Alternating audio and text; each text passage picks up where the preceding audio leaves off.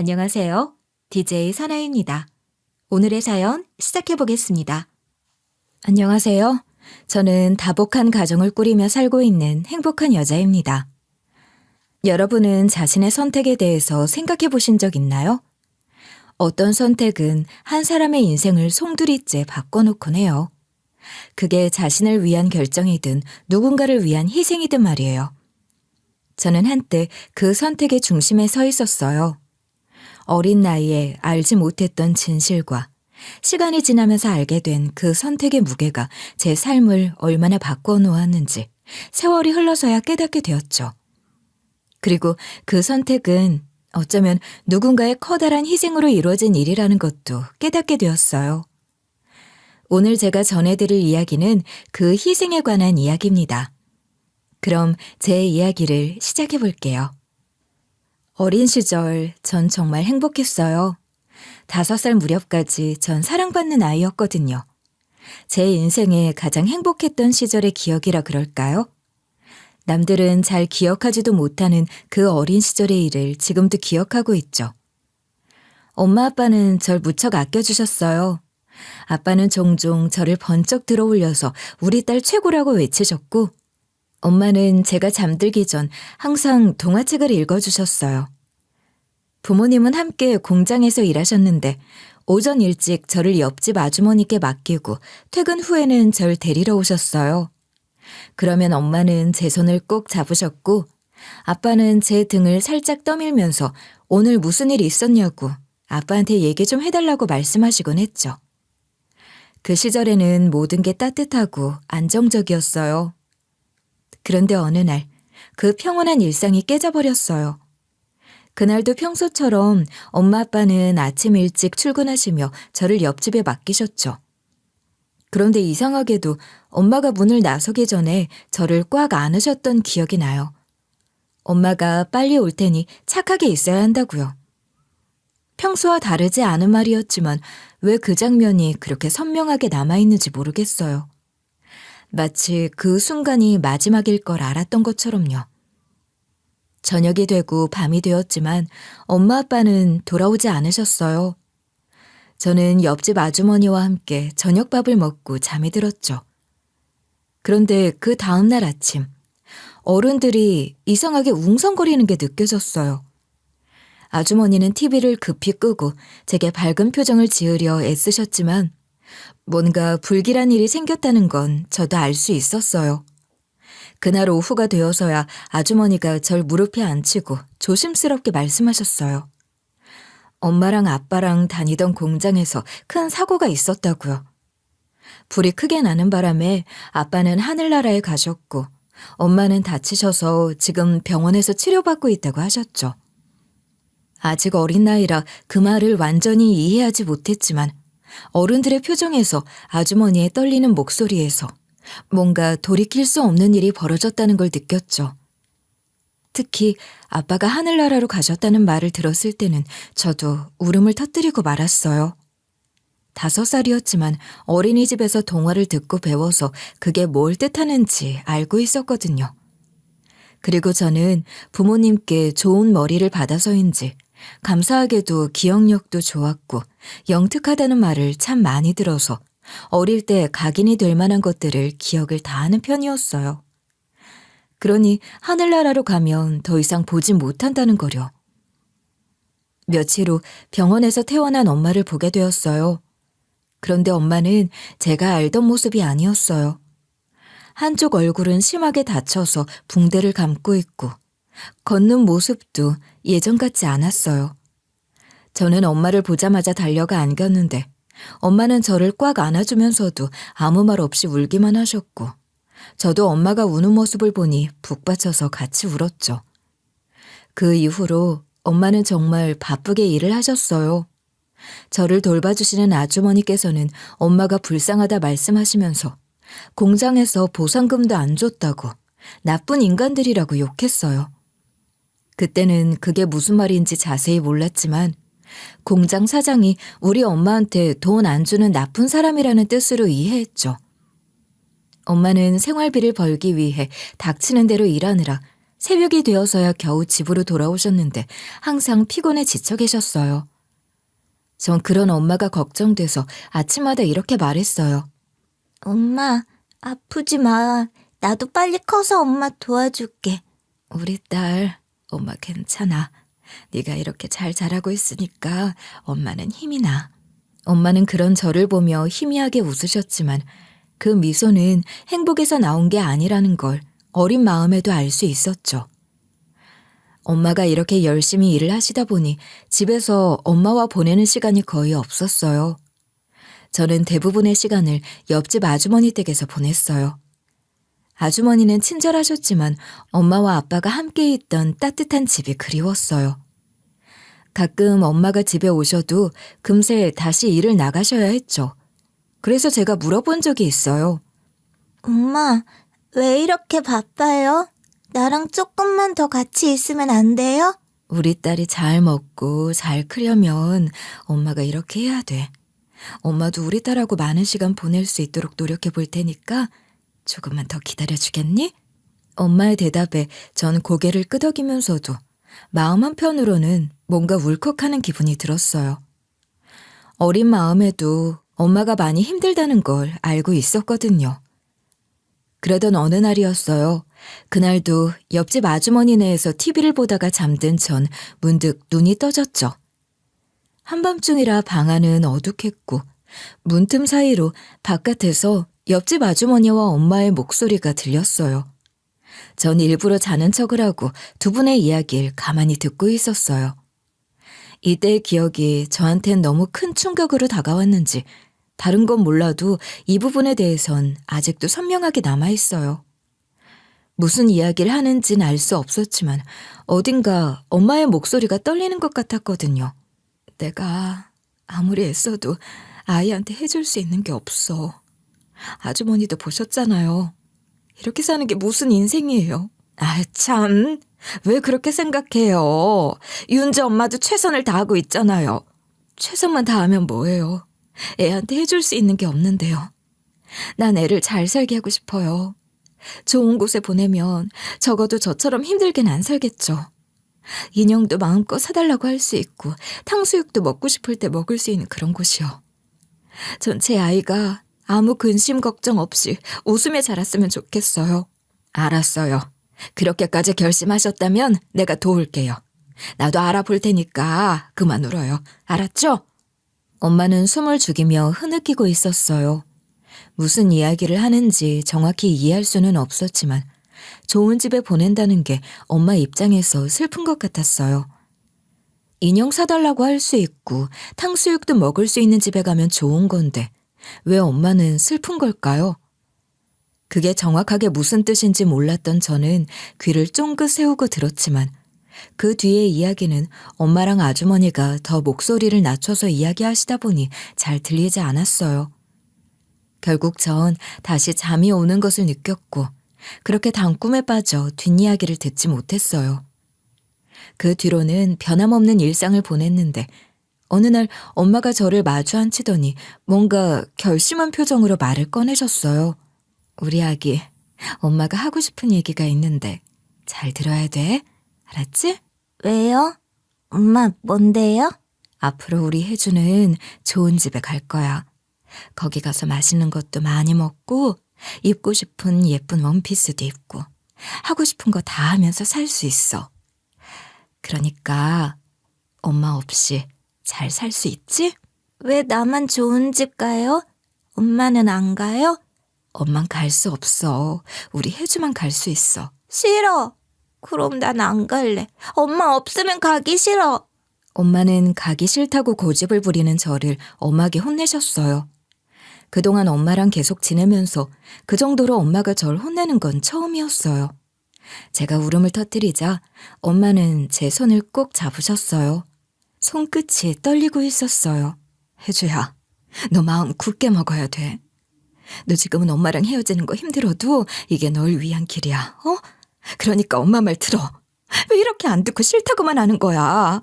싫어, 싫다고. 맞는 거 안 입고 예쁜 원피스 안 입어도 되니까 엄마랑 살 거라고.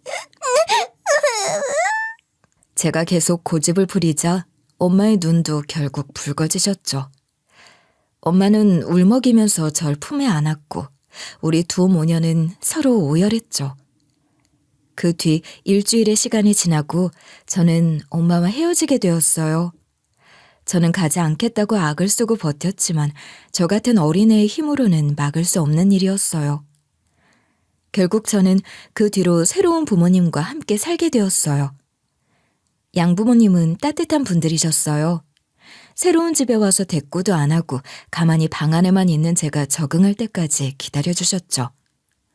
시간이 흐르면서 저도 양부모님과 친해지고 점점 새로운 집에서 삶에 익숙해져 갔어요.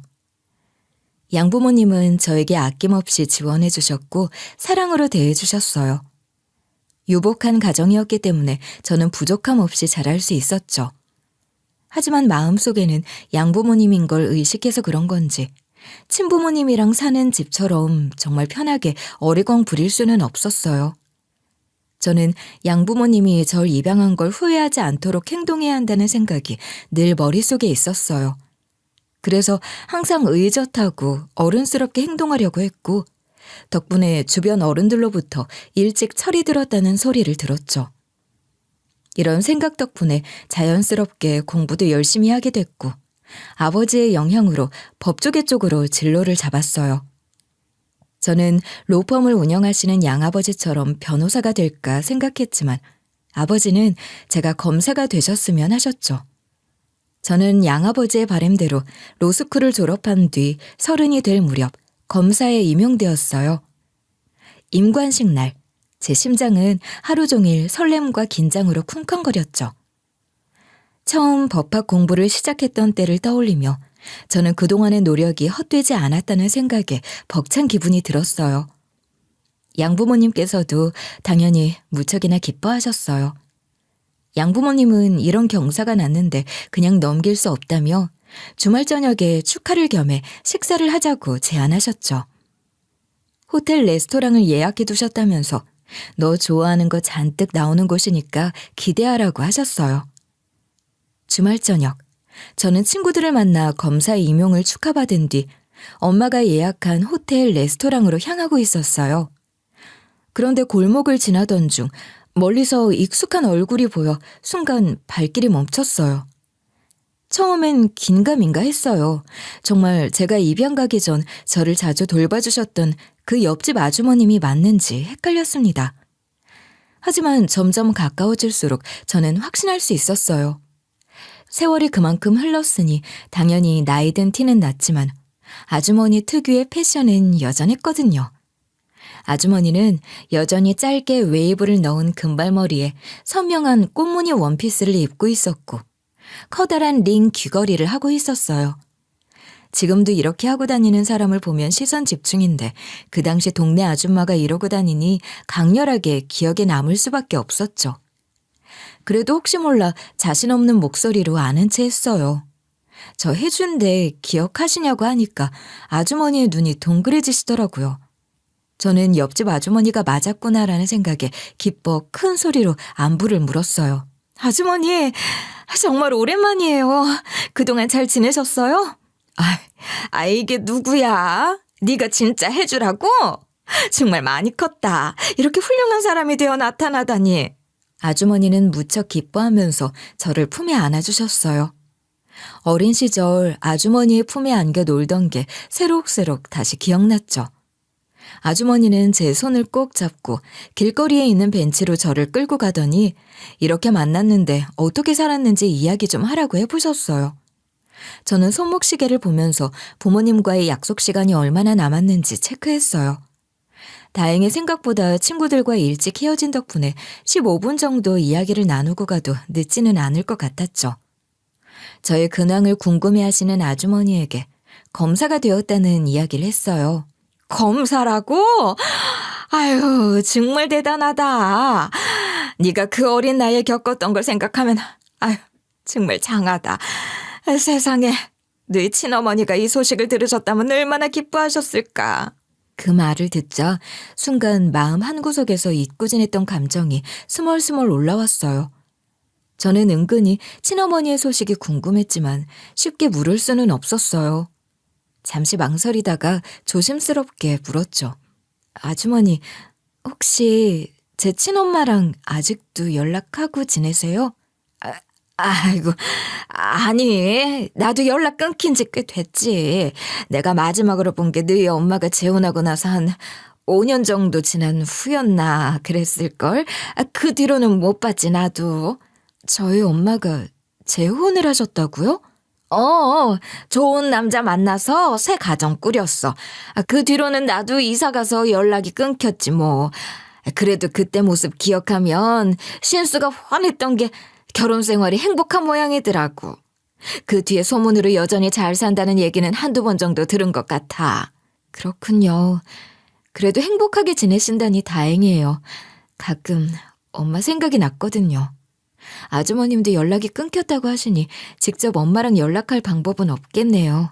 아이고, 너도 양부모님이랑 잘 지내고 네 친엄마도 새 가정 꾸렸는데 이제 와서 만나봤자 무슨 소용이겠니? 각자 건강하게 잘 살면 그걸로도 된 거지. 이런 말 좀 그렇지만 네가 갑자기 연락하면 재혼한 너희 엄마 입장이 난처해질 수도 있어. 무슨 말인지 알지? 그러니까 무소식이 희소식이다 생각하고 너도 이제 잊고 네 삶을 살거라. 저는 그 말을 듣고 천천히 고개를 끄덕였어요. 친어머니가 행복하다는 소식이 기뻐야 할 텐데 어쩐지 마음속에 묘한 허전함이 밀려오는 게 기분이 이상했어요.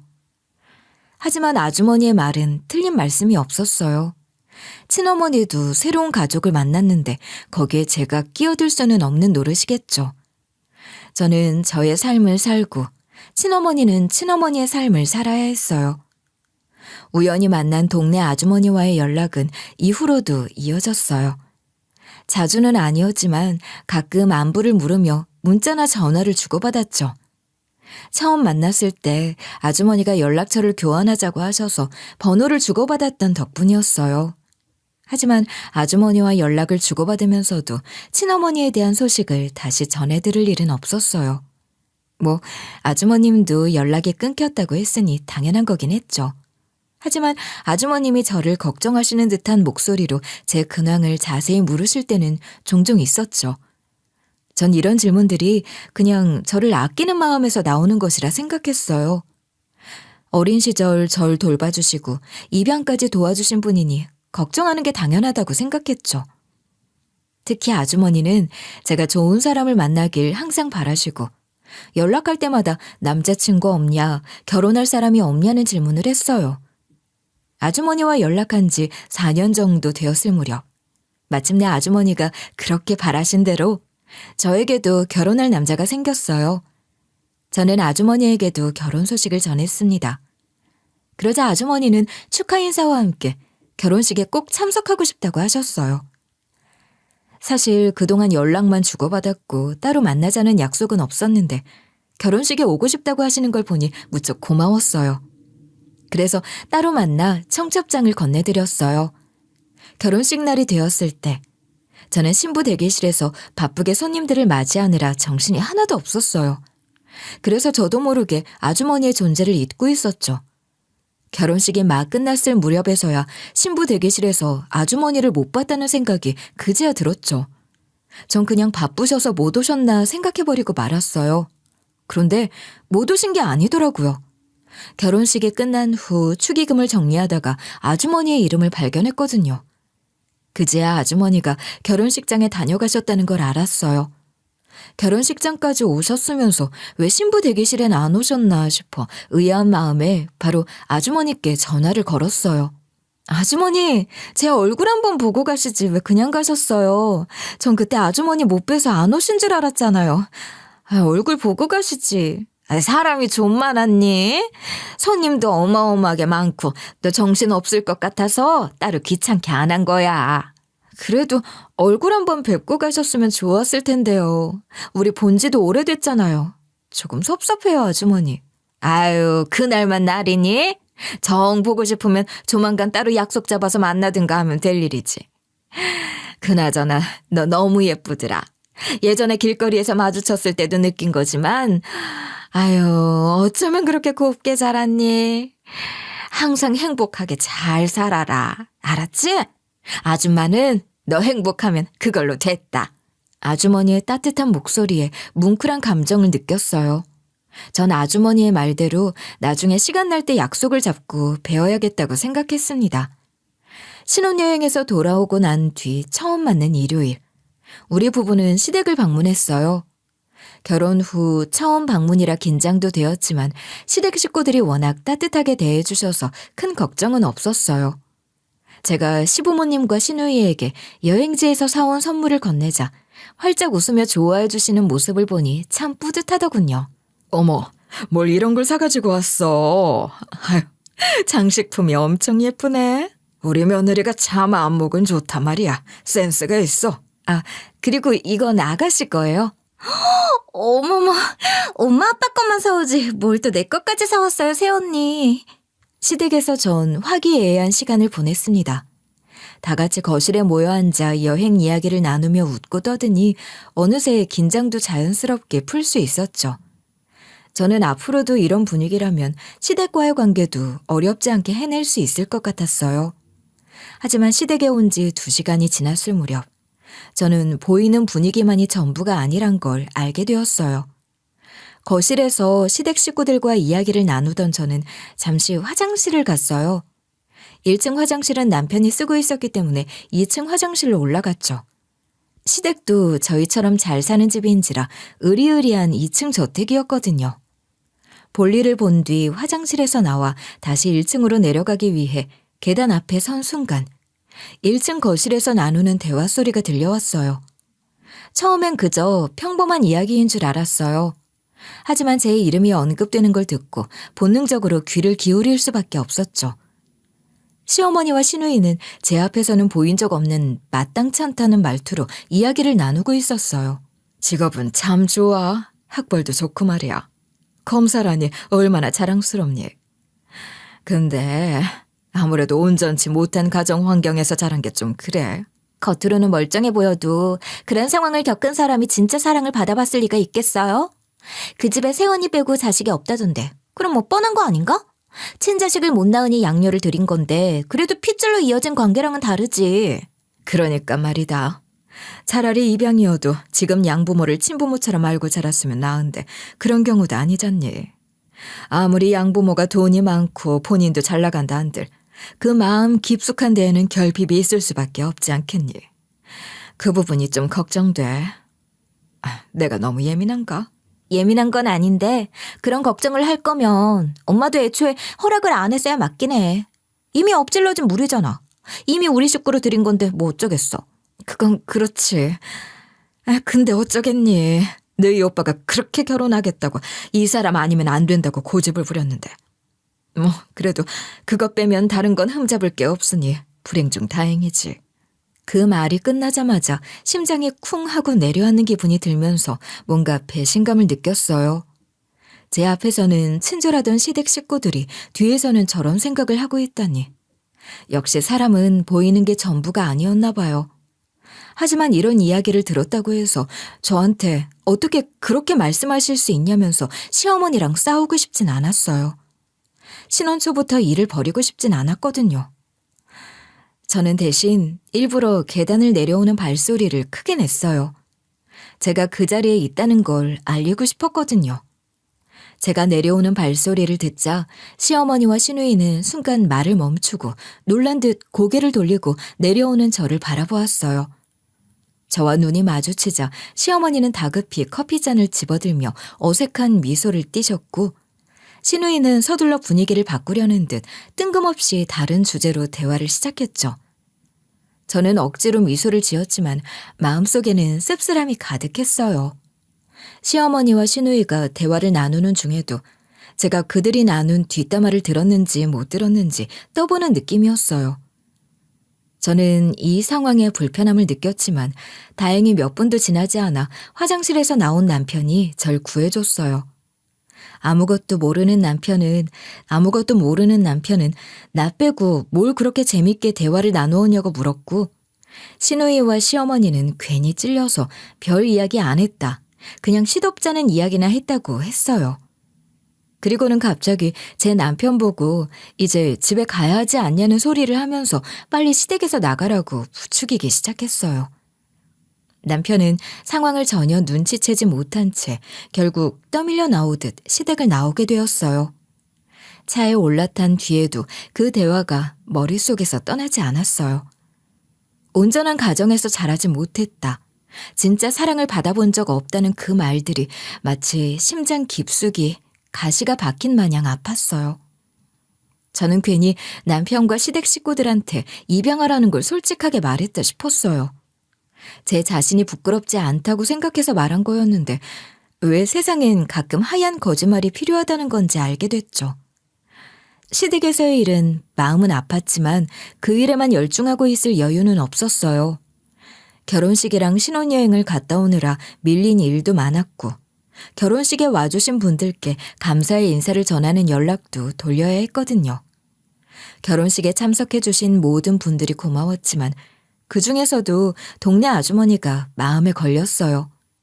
직접 와서 축의금까지 내주셨는데 얼굴 한번 제대로 뵙지 못한 게 아쉬웠거든요. 저는 아주머니에게 감사한 마음을 담아 홍삼 선물을 준비했어요. 그런데 아주머니 성격상 선물을 드리겠다고 하면 분명 쓸데없는데 돈 쓰지 마라. 그냥 넣어 먹으라면서 괜찮다고 하실 게 뻔했죠. 그래서 그냥 차라리 제가 아주머니 계신 곳 근처에 찾아가서 바로 드리는 게 낫겠다 싶었죠. 아주머니와 연락을 주고받으면서 아주머니가 매주 토요일 무료 급식소 봉사를 한다는 걸 알았어요. 급식소가 어디인지도 전에 말씀해 주신 적이 있었기에 그곳으로 가면 뵐 수 있을 거란 생각이 들었어요. 무료 급식소 근처에 도착한 전 아주머니께 전화를 걸었어요. 아주머니, 오늘도 급식소에서 일하고 계세요? 그런데 너 그걸 어떻게 알았어? 아주머니가 전에 말씀해 주셨잖아요. 마침 근처에 들릴 일이 있어서요. 온 김에 얼굴도 보고 선물도 드리려고요. 결혼식까지 오셨는데 답례품 드리려고요. 아유, 뭐 하러 왔어? 그냥 축하하러 간 건데 뭘 또 답례를 하겠다는 거야? 그래도 감사드리고 싶어요. 어디세요? 제가 갈게요. 아유, 오래 붙잡지 않을게요. 걱정 마시고 이것만 받아주세요. 아이고, 근데 나 지금 바빠. 아유, 저기서 누가 또 부르네. 미안한데 10분 뒤에 내가 다시 전화 걸면 안 될까? 급식소 일 때문에. 알겠어요. 그럼 전화 주세요. 저는 아주머니의 전화를 기다릴까 하다가 아무리 생각해도 이 상황에서는 제가 직접 찾아가는 게 맞을 것 같았어요. 아주머니는 급식소 일 하기도 바쁜데 저랑 통화까지 하려면 번거로우실 것 같았죠.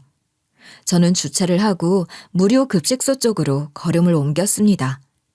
어차피 가까운 거리라 3분도 채 걸리지 않았어요. 무료 급식소 안은 바쁘게 움직이는 사람들로 북적였어요. 그리고 그 속에서 반가운 얼굴이 보였죠. 아주머니는 큰 배식통 앞에서 노숙인들에게 음식을 나눠주고 계셨어요. 아주머니에게 배식을 받고 있는 노숙인 할머니는 아주머니가 퍼주는 많은 양의 반찬을 보고 고개를 절레절레 저었어요. 나 이렇게 많이 안 줘도 돼. 어차피 다 못 먹어. 왜 못 먹어? 든든하게 먹어야지. 힘내야 할 거 아니야.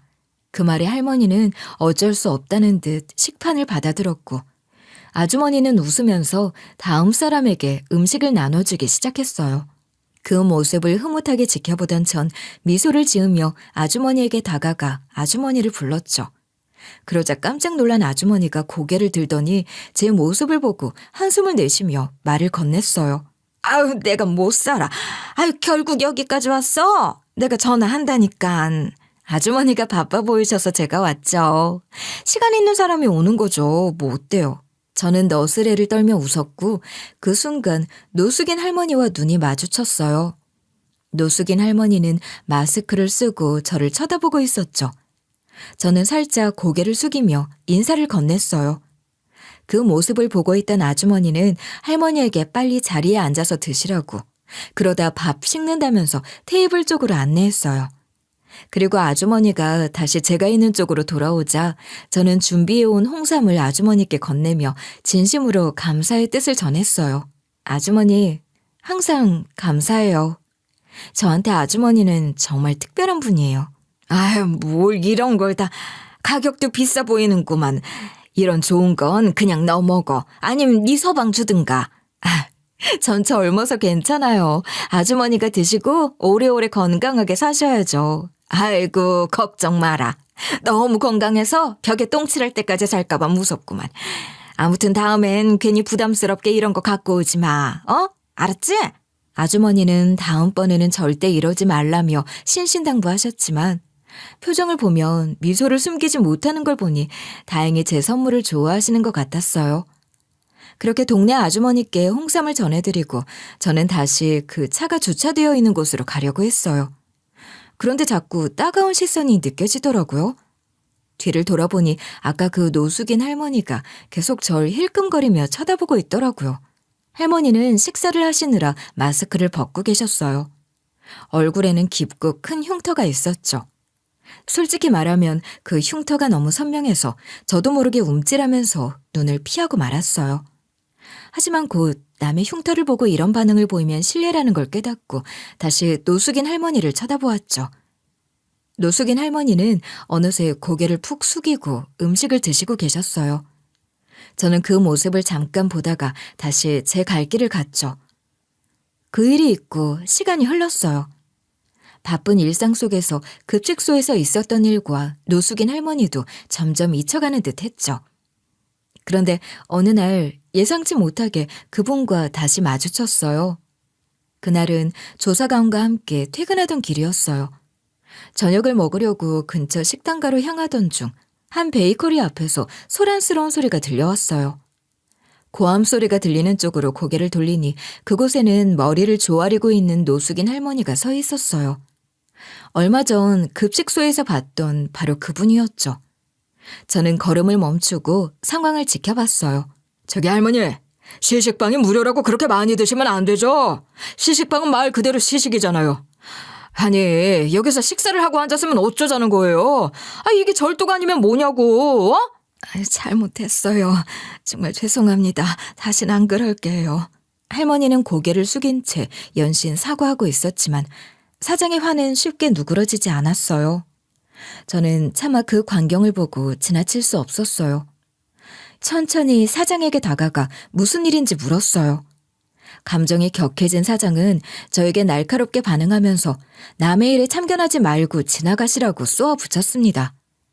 저는 할 수 없이 신분증을 꺼내 제가 검사임을 밝히며 절도니 뭐니 하는 이야기가 나와서 그냥 지나칠 수 없었다는 식으로 말했어요. 제 신분증을 본 사장은 당황한 듯 잠시 말을 멈추더니 곧이어 저한테 이 할머니가 시식빵을 너무 많이 먹는다면서 이건 도둑질이나 다름없다고 하소연했어요. 사장이 저에게 상황을 설명하는 도중에도 할머니는 계속 머리를 숙이며 사과를 반복하고 있었죠. 저는 사장의 말을 들으며 차분히 대화를 이어갔어요. 사장님, 말씀하신 상황 충분히 이해합니다. 하지만 이분을 도둑질로 처벌하기 전에 노숙인 지원 복지단체와 연결해서 문제를 해결하는 게 어떨까요? 노숙인 지원 복지단체는 왜요? 뭐 거기서 빵값이라도 준답니까? 빵값을 주진 않아도 다시 할머니가 이런 짓을 저지르지 않게 해줄 순 있죠. 그런 복지단체 중에는 쉼터도 있고 노숙인이 자립할 때까지 의식주를 챙겨주는 곳도 있거든요. 이분도 얼마나 힘든 처지면 베이커리 시식빵을 계속 집어먹었겠습니까? 제가 이분의 신원을 확인하고 다시는 이런 일이 발생하지 않도록 보증하겠습니다. 만약 제가 도와주고 난 후에도 또 이런 일이 생긴다면 그땐 저도 말리지 않겠어요. 검사님께서 그렇게 말씀하시니 저도 이번만큼은 넘어가겠습니다. 보증까지 하신다는데 여기서 기어이 신고하겠다는 것도 아닌 것 같고. 사실 저라고 이런 말 하고 싶겠습니까? 저도 어지간하면 어르신한테 이런 소리 하기 싫단 말입니다. 알죠, 사장님. 사장님도 참다 그러신 거. 아무튼 이해해 주셔서 감사합니다. 저는 사장님께 감사의 뜻을 전한 뒤 그 노숙인 할머니에게 다가갔습니다. 눈물을 글썽이고 있던 할머니의 모습이 안쓰러워 보였어요. 할머니는 천만다행이라면서 정말 감사하다고 저에게 계속 굽신거렸어요. 저는 할머니에게 다시는 이런 짓 하지 않으셨으면 좋겠다고 말씀드리며 대신 할머니한테 먹을 것과 잘 곳을 제공할 수 있는 복지단체와 연결해드리겠다며 조용히 말씀드렸어요. 이렇게 베이커리에서의 소란이 끝난 뒤 저는 조사관과 함께 노숙인 할머니를 데리고 가까운 국밥집으로 향하기로 했어요. 식사를 제대로 못하셨을 것 같은 모습에 그냥 보내드리기가 마음에 걸렸거든요. 하지만 할머니는 한사코 따라오지 않으려 했어요. 아니에요. 전 괜찮아요. 신경 쓰지 말고 두 분이 식사하세요. 전 그냥 갈게요. 할머니, 저번에 제가 아는 아주머니께서 급식소에서 도와주셨던 분 아니세요? 그냥 보내드리기에는 제 마음이 걸려서 그래요. 밥이라도 한 끼 따뜻하게 드시고 가세요. 할머니, 검사님 말 들으세요. 그냥 돌아가시면 저희 마음이 진짜 불편해요. 배부르게 드시고 가세요. 이 정도는 괜찮습니다. 저는 물론이고 같이 있던 조사관까지 노숙인 할머니에게 국밥을 권하자 할머니는 마지못해 그러자고 하셨어요.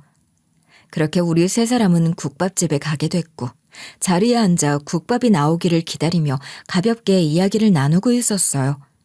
그런데 노숙인 할머니께서 계속 얼굴을 손으로 가리고 있으시더라고요. 제가 그런 할머니의 모습을 뚫어지게 쳐다보자 할머니는 곤란한 표정으로 이렇게 말씀하셨어요. 오늘은 내가 마스크를 두고 와서요. 보기 흉하죠? 미안해요. 무슨 말씀이세요, 할머니? 보기 흉하다뇨. 너무 신경 쓰지 않으셔도 돼요. 신경 안 쓰니까 편하게 계세요. 할머니는 제 말을 듣고 고개를 살짝 끄덕였지만 여전히 표정은 불편해 보였어요. 그렇게 국밥이 나오고 우리는 조용히 식사를 시작했습니다. 할머니도 처음에는 숟가락을 들지 못하다가 천천히 한 숟갈씩 드시기 시작했죠. 식사가 거의 끝나갈 무렵 할머니는 갑자기 쌈짓돈을 꺼내더니 계산을 하겠다며 고개를 저으셨어요. 제가 계산할게요. 이렇게까지 해주셨는데 제가 내야죠. 아니에요, 할머니. 오늘은 저희가 모신 거예요. 그냥 편히 드시고 가시면 됩니다. 그러자 할머니는 고집을 꺾지 않으셨고 계산하겠다는 말씀만 거듭하셨어요. 본의 아니게 계산대 앞에서 실랑이가 벌어졌고 할머니는 우리의 손을 쳐내고 기어이 계산을 하려던 중 실수로 지갑을 떨어뜨리고 말았죠. 지갑은 바닥에 쿵 하고 떨어졌고 조사관이 얼른 지갑을 주워들었어요. 그런데 지갑을 주워든 조사관이 갑자기 놀란 얼굴로 움찔하는 거예요. 그리고는 상상도 못한 발언을 했습니다. 이거 지갑에 검사님 사진이 있는데요? 그게 뭔 소리야? 내 사진이 있다니. 이 할머니 지갑에 내 사진이 왜 있어? 진짜예요. 봐보세요. 저는 깜짝 놀라며 조사관에게서 지갑을 받아들어 안을 확인했어요. 그 안에는 정말로 제가 검사 임용 후 찍었던 증명사진이 들어있었어요. 저는 당황한 얼굴로 할머니에게 대체 할머니가 제 사진을 어떻게 가지고 계시는 거냐고 물었어요. 노숙인 할머니는 당황한 듯 손을 뻗어 지갑을 빼앗으려 했지만 저는 뒤로 물러서면서 다시 재촉하듯 물었습니다. 할머니, 말씀해 주세요. 그래야 제가 이 지갑을 돌려드릴 수 있어요. 대체 할머니께서 어떻게 제 사진을 가지고 계신 거죠? 그래요. 도대체 할머니께서 검사님 사진을 어떻게 가지고 계신 겁니까? 할머니는 저와 조사관이 계속 묻는데도 아무 대답도 하지 않았어요. 그저 고개를 푹 숙인 채 가만히 계셨죠. 마치 입에 자물쇠라도 채운 것처럼 단 한마디도 내뱉지 않았습니다. 이렇게 꾹 입을 닫고 있는다면 저도 가만히 있을 수는 없는 노릇이었습니다. 좀 치사한 방법이긴 해도 세게 나가야 했죠. 저는 조사관에게 할머니 지갑에 있는 신분증을 꺼내 신원을 확인하라고 했어요. 조사관은 고개를 끄덕이며 조심스럽게 할머니의 지갑에서 신분증을 꺼냈습니다. 그리고 저에게 낮은 목소리로 할머니의 이름을 알려줬어요. 그런데 할머니의 이름을 듣는 순간 저는 온몸에 소름이 돋았습니다. 눈앞이 순간적으로 아득해졌고 차가운 땀이 흐르는 것 같았어요.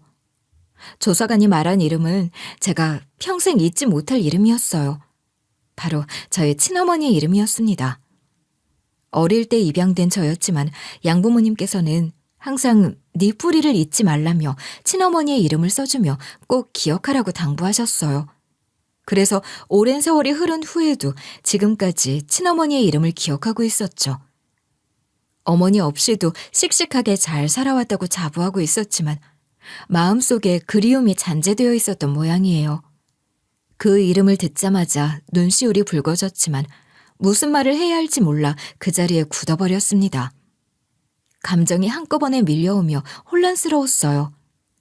조사관은 금방이라도 눈물을 흘릴 것 같은 제 얼굴을 보더니 몹시 당황한 듯 했어요. 저는 조사관에게 미안한데 잠시 자리 좀 비워줄 수 있냐? 둘만 할 이야기가 있다고 말했어요. 그러자 조사관은 순순히 고개를 끄덕이고 자리를 비웠습니다. 이제 남겨진 건 나와 노숙인 할머니. 아니, 저와 친어머니 단 둘뿐이었죠. 저는 가까이 다가앉으며 차분히 그러나 떨리는 목소리로 물었습니다. 왜 그러셨던 거예요? 왜 저를 알아보고도 아무 말씀도 하지 않으셨던 거예요? 사진까지 가지고 있을 정도면 이미 저의 존재를 아셨던 거잖아요. 그러면 저에게 도움을 구할 수도 있었잖아요. 무료 급식소 다니고 베이커리 시식빵을 먹을 바엔 딸인 나한테 도와달라고 할 수 있었는데 왜 이런 꼴이냐고요. 난 엄마가 잘 사는 줄 알았다고요. 저는 원망이 가득 들어간 목소리로 물었지만 친어머니는 여전히 고개를 숙인 채 한마디도 하지 않았습니다. 그저 눈물만 뚝뚝 떨어지고 있었죠. 기어이 아까부터 아무 말씀도 하시지 않는 친어머니를 보며 저는 이야기를 들을 수 있는 다른 사람을 불러야겠다고 결심했어요. 저는 저와 엄마의 또 다른 연결고리인 동네 아주머니에게 전화를 걸었어요. 저는 동네 아주머니에게 벌어진 상황을 설명했습니다. 그리고 동네 아주머니에게도 원망을 토해냈죠. 왜 말씀 안 하셨어요? 연락 끊겼다는 것도 다 거짓말이었죠? 무료 급식소까지 데려올 정도였잖아요. 그런데 왜 저한테는 그렇게 말씀하셨어요? 미안하다. 우리한테도 사정이 있었어. 결국 이런 식으로 모든 걸 알게 되는 걸 보면 내가 숨긴다고 해서 천류는 끊을 수 없는 법인가 보다. 일단 내가 그리로 가서 설명할게. 둘이 어디 있는 거야? 저는 아주머니에게 근처 카페에 가 있겠다고 말했고 약속 장소를 알려줬습니다. 30분 후 카페 문이 열리며 아주머니가 들어섰고 저와 친어머니를 번갈아 보며 긴 한숨을 내쉬셨죠. 동네 아주머니가 자리에 앉은 후에도 친어머니는 말도 못하고 계속 울고만 계셨고 아주머니가 대신 그동안의 일을 설명하기 시작했습니다. 네 친어머니는 네가 잘 지내는 모습을 보면서 본인 때문에 폐를 끼칠까 봐 나타나지 않으려 했던 거야. 그래도 네가 너무 보고 싶어서 네 소식을 나를 통해 전해 듣고 조금이라도 위안 삼았지. 그랬구나. 그래서 사진도 갖고 있었던 거구나. 그제야 모든 게 퍼즐처럼 맞춰지기 시작했습니다. 예전에 동네 아주머니가 저에게 했던 말이 머릿속을 빠르게 스쳐 지나갔죠. 아주머니가 예전에 저에게 증명사진을 하나 달라고 한 적이 있었어요. 왜요? 증명사진은 왜 필요하세요? 내가 친한 사람들 증명사진을 지갑에 넣고 다니는 게 습관이야. 그래야 보고 싶을 때 볼 수 있지 않니? 그래요? 그럼 제가 증명사진 가져다 드릴까요? 뭐 그거 하나 가져다 주려고 만나. 그냥 파일 보내줘. 요즘엔 증명사진 파일만 있어도 알아서 사진관에서 뽑아준다며? 내가 할게. 그때는 좀 이상하다 싶으면서도 어릴 적 저를 돌봐주신 아주머니의 부탁을 거절할 수 없었어요. 그냥 아주머니의 별난 습관인가 보다라고 생각하고 증명사진을 드렸죠. 그런데 그 사진을 받아간 이유가 따로 있었던 겁니다. 사실 그 사진 네 친어머니께 드리려고 내가 부탁한 거였어. 네 얼굴이 너무 보고 싶다고 하셔서 어쩐지 이상하다고 생각했어요. 갑자기 뜬금없이 증명사진을 부탁하는 게 니네 엄마가 너무 힘들게 사니까 내가 같이 살자고 제안도 했었어. 근데 이 양반이 끝까지 고집을 부리더라고. 나를 제 손으로 책임지고 키우지 못한 어미가 무슨 낯으로 편하게 살겠냐면서 됐다고 끝내 거절하더라고. 혜주야, 넌 엄마가 널 버렸다고 생각할 수 있지만 엄마는 널 위해 그런 선택을 한 거야. 네 엄마가 널 얼마나 그리워했는 줄 아니? 네 엄마가 널 얼마나 그리워했냐는 말을 듣자 친어머니는 감정이 북받쳤는지 눈물을 흘리는 걸 넘어서 소리내며 흐느끼기 시작했어요. 저 또한 그 모습을 보고 결국 참지 못하고 다시 눈시울이 붉어졌습니다. 그리고는 끝내 눈물을 흘리며 어머니의 흉터진 얼굴을 어루만졌죠. 동네 아주머니께서는 그 모습을 보더니 여전히 말을 잇지 못하는 친어머니를 대신해 말을 이어가셨습니다. 네가 만지고 있는 그 흉터 말이다. 그거 그때 다친 것 때문에 남아있는 거야.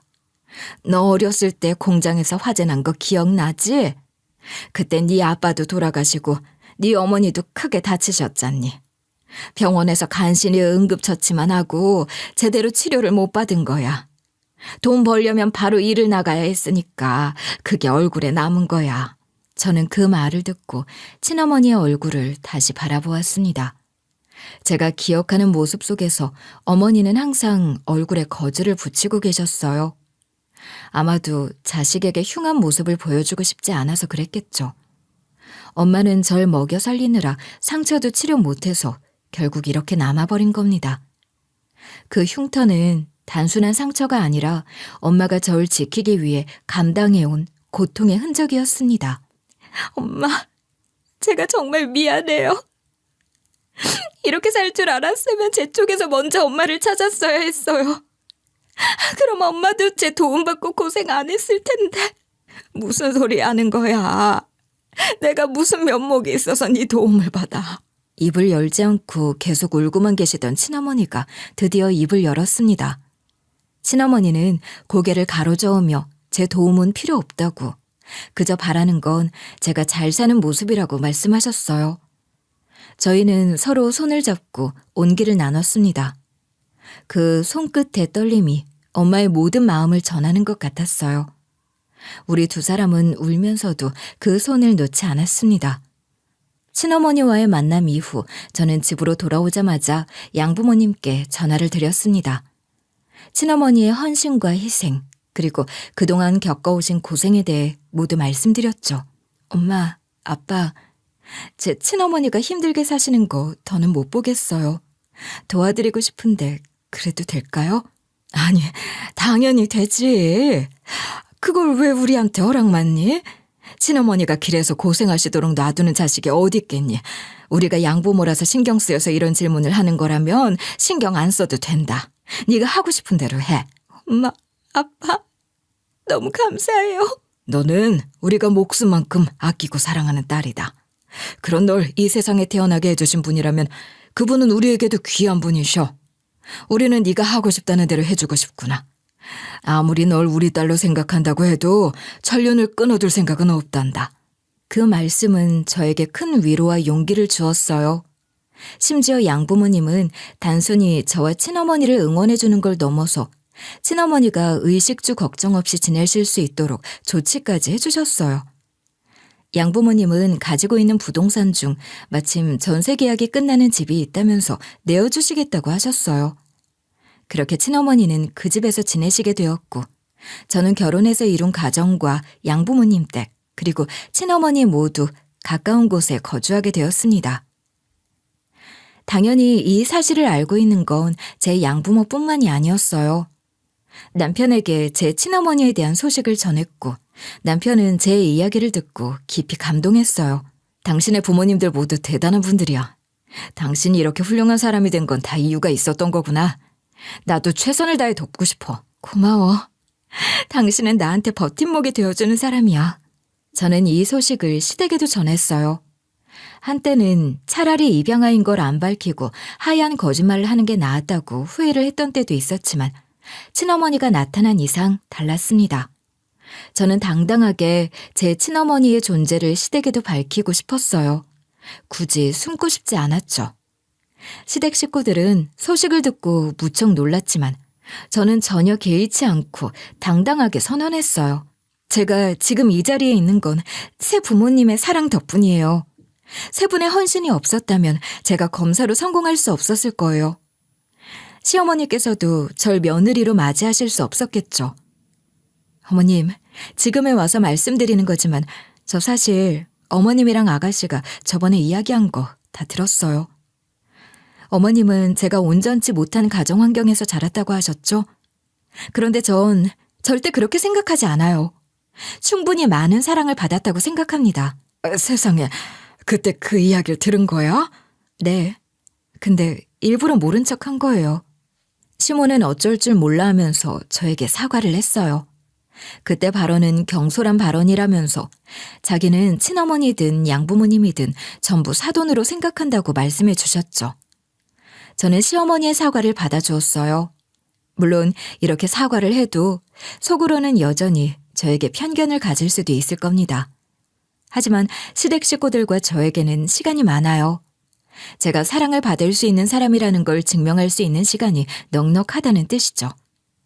그 뒤로 양부모님, 친어머니, 그리고 저희 부부, 세 가족은 모두 친하게 지냈어요.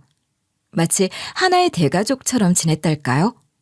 단순히 저의 친부모와 양부모이기 때문에 친하게 지낸 게 아니라 서로의 인간성에 대해서 감탄하고 좋게 생각했기 때문에 이런 관계가 가능했습니다.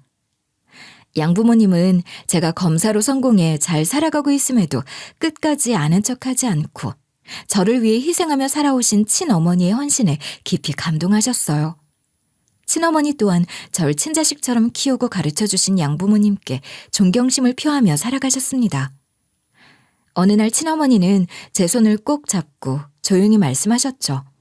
비록 내가 내 배 아파 널 낳았지만 널 키워주시고 가르쳐주신 부모님의 은혜를 평생 잊으면 안 된단다. 나에게도 은인이라는 건 역시 잊으면 안 돼. 소중한 우리 딸이 이렇게 근사하게 클 수 있게 해주셨으니 남은 인생을 걸고 갚아도 모자랄 거야. 그럼요, 엄마.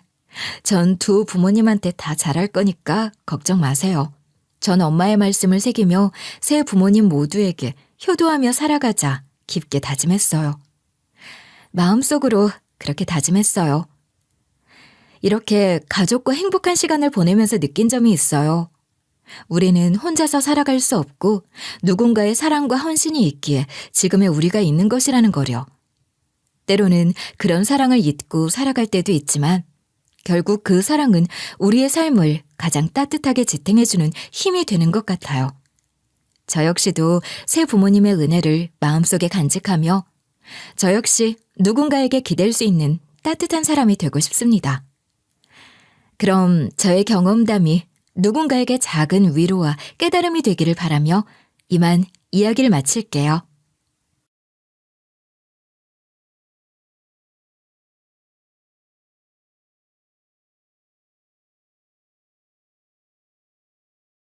안녕하세요.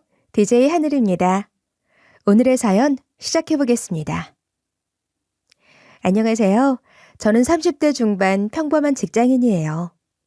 20대 소개로 만나 10년이라는 긴 시간 연애한 남친하고 결혼하게 되었는데 처음에는 오래 만나서 서로 잘 알았고 평생 믿고 살아도 될 거라고 생각했어요. 근데 깊은 물속보다 얕은 사람 속은 모른다는 옛말이 딱 맞더라고요.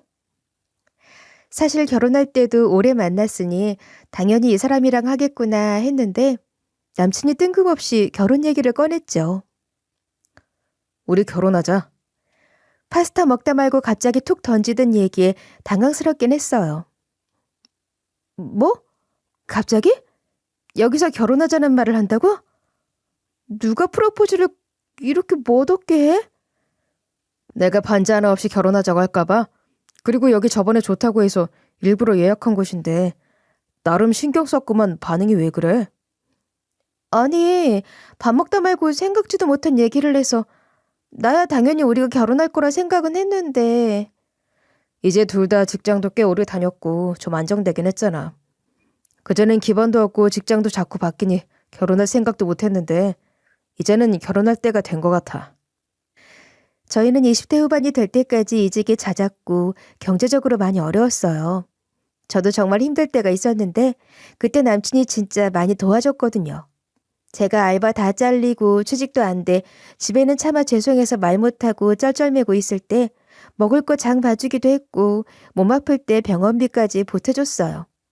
물론 저도 그만큼 잘 챙겨주기는 했는데 어려울 때 도와준 건 안 잊혀지더라고요.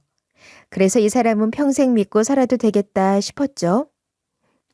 어쨌든 서로 어른들한테 인사드리러 가게 됐는데 막상 예비남 편집에 가보니 생각한 것보다 형편이 넉넉하진 않아 보여 당황했어요. 오래 만나도 서로 모르는 게 많구나 싶기도 했죠.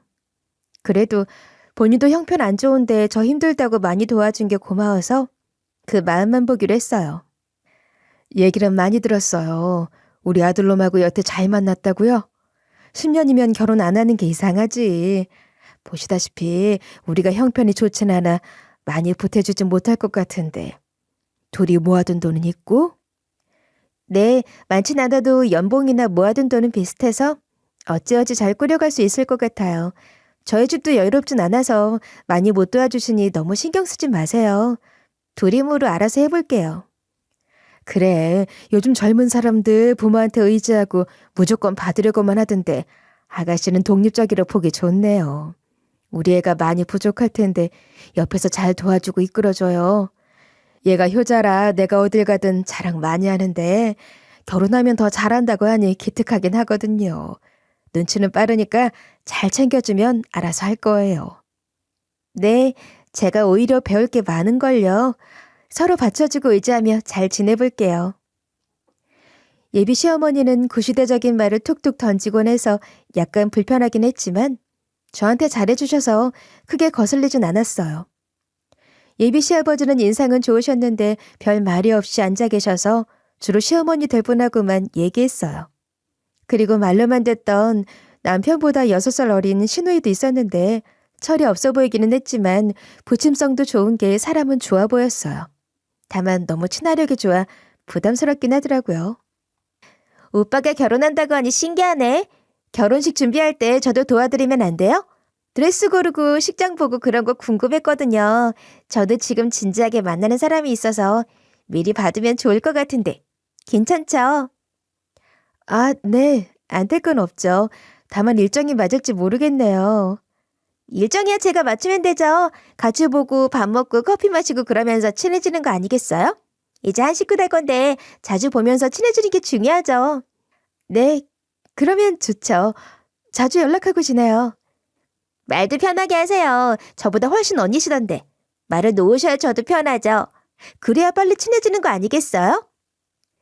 사람들이 다 있는 데서 너무 들이대니 부담이긴 했지만 신우이랑 잘 지내면 좋은 게 좋은 거지 뭐 하고 넘겼어요.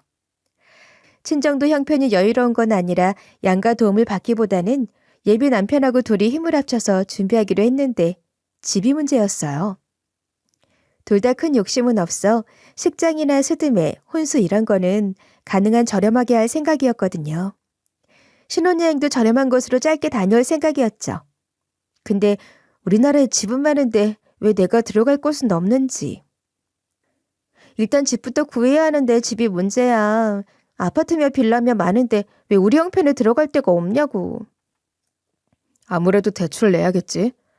요즘 전세는 문제가 많아서 안 들어가는 게 좋겠더라. 괜히 이상한 데 들어갔다가 돈 날리면 어떡해. 대출 내서 적당한 데 입주하면 좋을 것 같긴 한데. 외곽으로 나가도 저렴한 데로 찾아보자. 안 그래도 연식이 좀 있어도 깔끔한 데 있긴 하던데. 가서 보니까 괜찮더라고. 근데 신혼부부 대출 받으려면 한 사람이 받아야 하나? 공동으로 받는 게 낫겠지? 근데 우리 집에 급한 일이 생겨서 4명이로 대출 낸 게 있거든. 액수가 좀 커서 내 이름으로 내기 어려울 것 같은데. 그래도 내 자취방 계약 조금 있으면 끝나니까 보증금 받아서 아파트 대출을 낸 거 일부는 바로 갚을 수 있을 거야. 그래? 그럼 4명이로 받을게. 나는 결혼식 2주 전인가? 그때 방 빼면 되거든. 보증금 나오면 원금 갖고 해서 어찌어찌 갚아나가면 될 것 같긴 하네. 아무튼 대출은 내 명의로 할 테니까 혼인신고도 해야 되고 혼수며 예물이며 갈 길이 멀었네. 아, 뭐가 이렇게 할 게 많아. 참, 내 동생이 혼수 보러 갈 때 같이 가재. 저번에 드레스 같이 고를 때 너무 좋았다면서. 앞으로 언니랑 더 친해질 것 같다나 뭐라나. 아무튼 걔가 좀 너무 들이대는 편이긴 한데 좀 이해해줘. 다른 건 몰라도 혼수는 같이 보면 좋을 것 같은데. 같이 가도 되지? 나야 뭐 나쁠 건 없는데 아직 안 친해서 불편하긴 하지. 그래도 온다고 하면 그냥 같이 보자. 심플하게 살 거니까 같이 보고 고르면 낫지. 저희는 서로 일도 바쁘고 자취방 정리할 게 많아 신혼집에 혼수만 채우고 신혼여행 다녀온 뒤에 같이 살기로 했어요. 그래서 날 맞춰 예비 신우이까지 셋이서 혼수 보러 가게 됐어요. 언니, 이건 어때요? 이거 되게 예뻐 보이는데. 가구는 요즘 이런 스타일이 유행이래요. 조명은 필요 없어요? 거실에 스탠드 조명 하나 두면 좋을 것 같은데. 주방에도 조명 독특한 거 달아두면 좋대요. 이것도 괜찮네요. 저보다 안목이 좋아서 필요한 거 고르기가 좋네요. 조명은 아직 필요 없을 것 같고 일단 기본적인 것부터 쭉 둘러보려고 하니까 소파랑 식탁, 이불 같은 거 위주로 보면 될 것 같아요. 예비 시누이가 옆에서 조잘거리니 지루하지도 않고 도움도 됐는데 처음엔 안 그러더니 예비 시누이가 자꾸 훈수질을 하니 짜증나긴 하더라고요. 언니, 왜 이렇게 색이 칙칙한 걸 사요? 화사한 걸 사야죠. 흰색이나 노랑이 더 낫지 않아요? 아까부터 자꾸 회색 같은 것만 찾던데. 신혼집에 누가 칙칙한 걸 사요? 에이, 이런 것도 괜찮아요. 기본적인 걸 사야 오래 쓰죠. 한번 살 거면 오래 써야 하니까 클래식한 거 위주로 봐주세요. 색감도 좀 톤 다운된 걸로 사는 게 좋을 것 같아요. 언니, 요즘 유행하는 것도 좀 알아두고 따라가야죠. 그래야 남들 보기에도 좋지 않겠어요? 잘못 사면 집이 어두침침해 보이잖아요. 내가 이렇게 안목 없을까봐 따라온 건데 같이 보길 잘했네요. 신혼집이 남양이라 하루 종일 해 잘 들어와서 어두침침할 일은 없어요. 그리고 솔직히 제가 살 집인데 너무 깊게 간섭하는 것 같아 듣기 좋지는 않네요. 우리 취향에 맞춰야지 본인한테만 맞출 순 없지 않겠어요? 유행하는 거 알려주는 건 고마운데 취향이 다른 건 서로 존중해줘야죠. 와, 언니 말 왜 그렇게 해요? 내가 일부러 시간 내서 도와준다는데 딱 봐도 아닌 것만 고르니까 그러는 거잖아요. 기왕 살 거 예쁜 걸로 사야죠. 그러니까 내 눈에 예쁘면 되지 왜 본인 취향에 맞추려고 하냐고요. 계속 이러면 선 넘는 거 알죠? 자꾸 이럴 거면 안 도와줘도 되니까 그냥 나가서 식사하고 헤어지는 게 낫겠네요. 나중에 둘만 와서 골라야 할 것 같아요. 나한테 이러면 우리 엄마가 언니를 어떻게 생각하겠어요? 신우이 구박하는 것밖에 더 돼요? 좋은 마음으로 내 시간 쪼개서 도와준 건데 고마운 것도 모르고 너무하네요. 예비 시누이는 혼자 떽떽거리더니 가버렸고 예비 남편은 중간에서 아무 말도 못하고 난처해 하더라고요. 동생이 저렇게 말도 안 되게 굴면 말려야지 왜 가만히 있어? 결혼하기도 전에 저렇게 혼수두면 결혼하고 나서는 어떻겠어? 그리고 뭐? 우리 엄마가 어떻게 생각하겠냐고? 어머님한테 쪼르르 가서 이른다 하면 내가 눈하나 깜짝할 것 같아? 중간에서 잘 못하면 알아서 해. 이런 식이면 나 결혼 못해. 아직 혼인신고 안 한 거 알지? 제가 아직 어려서 철이 없어 그래. 이해 좀 해줘. 내가 잘 타일러 줄게. 혼수는 우리 눈에 맞는 걸로 사자. 다음에는 굳이 만날 일 없게 내가 차단할 테니까 너무 화내지 마. 참, 나 보증금 나온 걸로 일단 혼수 사야 할 것 같은데 당장 예산이 부족하더라고. 그래? 그럼 대출금이 좀 걱정인데. 아무튼 일단 되는 대로 해보자. 결혼하고 살다 보면 어떻게 되겠지. 근데 중간에서 제대로 해. 나 시집살이 시키려 하면 당장 헤어질 거야. 요즘 세상에 시어머니 시누이 눈치 보는 며느리가 어딨어. 내 성격 알지? 그럼 나도 제가 저럴 줄은 몰랐어. 괜히 집단엔 도와준다고 나섰는데 반응이 별로니까 삐졌나 봐. 애가 아직 어려서 그래. 신경 쓰지 마. 며칠 있으면 금방 풀려. 예비 시누이가 하는 꼴을 보니 뭔가 불안하긴 했지만 예비 남편이 나름 중재를 잘했던지 미안하다는 전화가 오더라고요. 저도 철없어 그런 거겠지 하고 넘겼고 바쁘게 지내다 보니 어느덧 결혼식을 올릴 때가 되었어요. 원래 그런 건지 저만 그랬던 건지 뭐가 어떻게 돌아가는 건지 모르겠더라고요. 멍 때리니 메이크업 다 됐고 드레스 다 입었고 조금 있다 하객 우르르 들어와서 인사드리고 나니 식장에 들어가 있었네요. 그리고 제가 잘 걸어간 건지 잘 나왔는지도 몰랐고 패백의 필요형까지 하니 비행기 아니었어요. 누군가 날 조종하는 게 아닐까 하는 생각이 들 정도로 정신없는 하루를 보냈죠. 여행지 가서도 숙소에서 쉬기 바빴고 호캉스를 즐기며 며칠간 푹 쉬었어요. 뭐 어찌됐든 나름 재미있게 놀았고 평생 반려자를 만나서 이제는 나도 편안하게 살겠다 싶었고 아기도 가지고 행복하게 살아야겠다 하는 기대감으로 가득 찼어요. 근데 여행 마지막 날 갑자기 남편이 그 기대감을 와장창 부수는 소리를 하는 거예요. 우리 이제 내일이면 한국으로 돌아가잖아. 가면 새로 구한 집 말고 우리 집으로 가자. 우리 엄마 사는 집 들어가서 같이 살면 돼. 신혼집에는 내 동생이 들어가서 살 거야. 걔가 잘 살다가 나중에 우리가 들어가서 살면 되거든. 벌써 얘기 다 됐으니까 우리 집에 가자. 아직 짐도 다 안 옮겼으니까 우리 집 가서 살면서 처가에서 하나하나 갖고 오면 돼. 이게 무슨 똥단지 같은 소리인지. 결국 시집살이 하라는 소리잖아요? 처음에는 무슨 말인지 이해조차 되지 않았죠. 뭐? 그게 무슨 말이야? 우리 집? 지금 시집 말하는 거야? 나보고 시댁에 들어가서 살라고? 아니, 신혼집 다 구해놓고 갑자기 그게 무슨 말 같지도 않은 소리야. 농담하는 거야? 몰래카메라야? 나 이런 장난 싫어하는 거 몰라? 뭐야 갑자기? 장난이라니. 농담 아니야. 예전부터 결혼하면 시집 들어가 살았잖아. 새삼스러운 일도 아닌데 뭘 그래? 10년만 우리 집에서 살자. 우리 엄마 시집살이 안 시켜. 얼마나 마음 좋은 분인데. 좀 불편해도 저번에 가서 봤잖아. 방도 많고 지낼만 할 거야.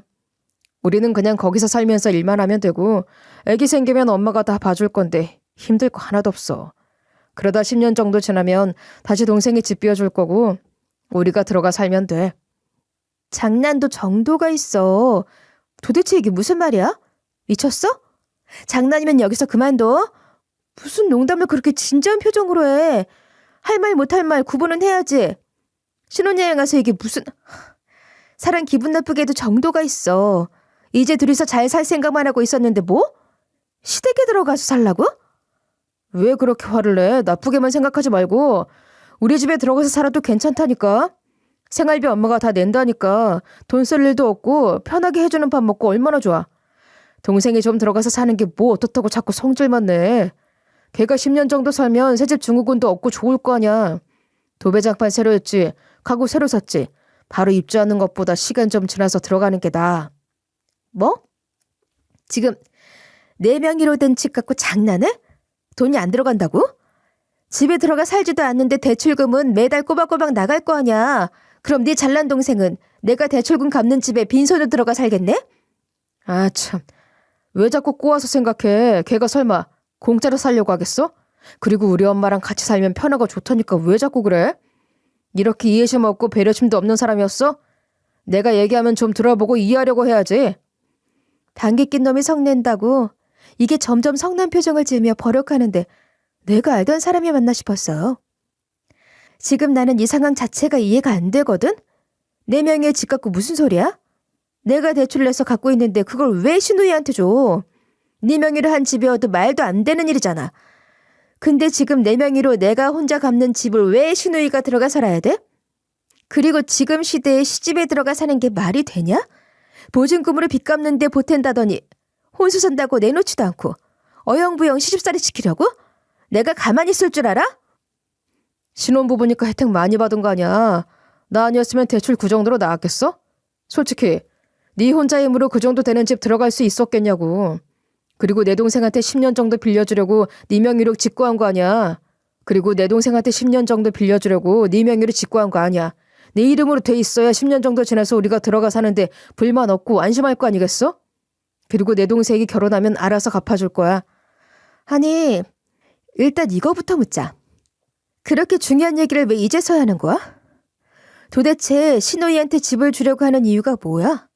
우리가 들어가 살려고 혼수까지 장만하고 짐도 좀 옮겨뒀잖아. 근데 그걸 왜 네 동생한테 주려고 하냐고. 주는 게 아니라 잠깐 살게 하는 거라니까. 내 동생이 지금 치과 의사랑 만나는데 혼담이 오가는 중이거든. 우리 형편을 집 해주긴 어려우니 번듯한 아파트라도 한 채 해가야 그쪽에서 결혼시킬 거 아니야. 의사랑 결혼하는데 집은 있어야 면이 서겠지. 미리 얘기했으면 네가 허락했겠어? 뭐? 너네 동생이 의사랑 결혼하는 게 나랑 무슨 상관이야? 집이 필요하면 네가 장만해주던가 해야지. 내가 대출 내서 마련한 집을 왜 갖다 준다는 거야? 돈 잘 버는 사이 들어오니 결혼하면 동생이 우리 많이 도와줄 거야. 그럼 우리 집에서 사는 동안 내 동생이 빚도 갚아주고 생활비도 안 나가니까 돈 모을 수 있잖아. 애 키우기도 좋고 10년 뒤에 모은 돈으로 더 좋은 집 갈 수도 있고. 그러니 우리가 조금만 참으면 다 잘 된다고. 정말 말도 안 되는 소리만 하더라고요. 이런 식으로 어영부영 하다가 결국에는 전 평생 시집살이 할 거고 대출 내서 구한 집도 날리게 되겠죠. 전 어이가 없어서 계속 완강하게 반대했어요. 집이 필요하면 너네 식구끼리 알아서 해야지. 이게 무슨 짓이야. 장난해? 네 동생 집 구해주려고 나랑 결혼했냐? 너 이거 범죄야. 도대체 날 만나면서 무슨 생각을 한 거야? 나랑 왜 결혼하려고 했어? 네가 좋고 오래 만났으니까 결혼했지. 왜 자꾸 꼬투리를 잡아? 아무튼 그렇게 얘기 다 됐으니까 그런 줄 알아. 뭔 얘기가 다 됐으니까 그런 줄 알아라 말아야. 내가 네 말이면 껌뻑 죽을 줄 알았어? 네가 연애할 때 암만 잘해줬어도 지금 나한테 이러는 거 아니지. 혹시 나 시집살이 시키려고 잘해준 거야? 말도 안 되는 소리 하지 마. 아무튼 너 이제 결혼했으니 우리 식구잖아. 시집 왔으면 시댁에 몸 바쳐야지. 시까지 올리고 혼인신고도 다 끝난 마당에 네가 이제 와서 뭘 어쩌게. 결혼하자마자 이혼하게? 내가 이혼하는 거 허락해 줄 것 같아? 네가 앞만 발버둥 쳐봤자 이젠 내 와이프고 내 말 들어야 해. 남편이 비웃으며 이야기하는데 이게 진짜 미쳤구나 했어요. 제가 사람을 잘못 봐도 한참 잘못 본 것 같았죠. 연애할 때 그렇게 잘해주던 것도 다 가식이었나 싶었고 뭐 이런 집구석이 다 있나 싶었어요. 일단 이건 정말 아니다 싶어 그 길로 제일 빠른 비행기 예약해서 바로 짐 싸들고 한국으로 돌아왔어요. 방에서 나가니 남편이 소리치더라고요. 너 어디가? 아직 우리 얘기 덜 끝났어. 할 말은 다 하고 가야지. 짐 들고 어디가? 나 한국 간다 왜? 비행기표 내 거 취소하고 다시 예약했거든? 넌 나중에 오던가 네가 돈 내고 표 끊던가 알아서 해. 제가 그냥 나가버리니 남편이 붙잡으려 했는데 마침 주변에 사람들이 많이 지나가서 자기도 더 쫓아오진 못하더라고요. 누가 봐도 폭력적인 모습이니 자기도 남들 눈치가 보였겠죠. 저는 얼른 공항에 가서 한국으로 돌아왔어요. 마침 주말이라 회사 가기 전에 제가 제대로 처리하지 않으면 이러다간 큰일 나겠다 싶어 빨리 신혼집에 가봤어요. 남편 놈은 환불 수수료 아까웠는지 미리 끊은 비행기로 더 늦게 오더라고요. 그 모습도 정이 떨어졌어요. 저는 신혼집에 도착하자마자 비밀번호 누르고 들어갔어요. 현관에 도어락 소리가 나니 신우이가 눈을 비비면서 부스스한 꼴로 나오는데 해가 중천이 됐는데도 자다가 겨우 일어난 꼴이었어요. 야, 너 지금 뭐 하는 거야? 남의 신혼집에서 잠은 왜 자? 너 뭐야? 암만 어려도 그렇지 사람이 왜 이렇게 개념 없이 행동해? 이 썩을 년이 잠도 한 번 안 잔 내 집에 들어가서 처자고 있으니 황당했죠. 그 꼴을 보니 이게 이미 지가 들어서 살 집인 걸 알고 혼수 본다고 그렇게 들러붙고 잔소리질이었구나 싶었어요. 뭐예요? 아직 올 때 안 됐잖아요. 오빠는요? 그리고 아침부터 왜 소리 질러요? 여행 잘 다녀와서 이게 무슨 히스테리예요? 뭐? 이게 적반하장도 유분수지. 야, 해가 중천에 떴는데 남의 집에서 자다가 나오는 건 도대체 뭔 짓이야? 당장 꺼져. 여기가 어디라고 들어와서 처자고 있어? 진짜 귀 따가워. 오빠한테 말 못 들었어요? 제가 살다가 넘겨주면 된다고 하던데요? 한국 오자마자 엄마한테 간다던데 왜 여기로 왔어요? 오빠는 어디 가고 혼자 왔냐니까요? 야, 내가 내 집에 오는데 너네 오빠가 오든 말든 그게 무슨 상관이야. 뻔뻔해도 진짜 정도가 있지. 여기 4명이 집이거든? 남의 집에서 뭐 하는 짓인지. 가정교육 못 받은 거 자꾸 티내지 말고 나가라고. 내가 혼수 볼 때 들러붙은 게 이상하다 했어. 너네 식구들끼리 다 짜고 이 짓거리 벌인 거지? 뭐래? 오빠가 그러던데 언니가 동의했다던데요? 왜 갑자기 쫓아서 성질이에요? 나한테 그럴 게 아니라 오빠한테 가서 뭐라고 해야죠. 난 오빠 말만 듣고 여기 와 있는 건데? 진짜 답답하네. 나한테 와서 확인해 봤어? 나한테 한번 물어봤냐고. 너네 오빠 말만 듣고 여기 왔다고? 그거 자체가 잘못된 행동이라는 거 몰라? 나이 먹고 그거 하나 판단 못해? 너네 오빠가 잘못됐다고 말해줘야 하는 거 아니야? 하긴 너네 하는 꼴을 보니 그런 거 하나 알겠냐만. 아무튼 당장 나가라고. 뭐야, 말을 왜 자꾸 그렇게 해요? 왜 나한테 난리야? 내가 쭉 살다가 넘겨주면 된다던데. 결혼하고 나서 한참 살다가 다시 주면 된다던데 왜 그래요? 우리 엄마 집에서 사는 동안 애 낳고 하면 애 클 때까진 있는다던데. 성질나면 오빠한테는 소리 지르지 나한테 왜 그런데? 뻔뻔한 신우이 꼴을 보니 속이 더 뒤집어지는 것 같았어요. 정말 황당할 뿐이었죠. 도대체 이 집안 사람들은 사상이 어떻게 되는 건지 의심될 정도였다니까요. 여기 4명의 집이거든? 당장 나가.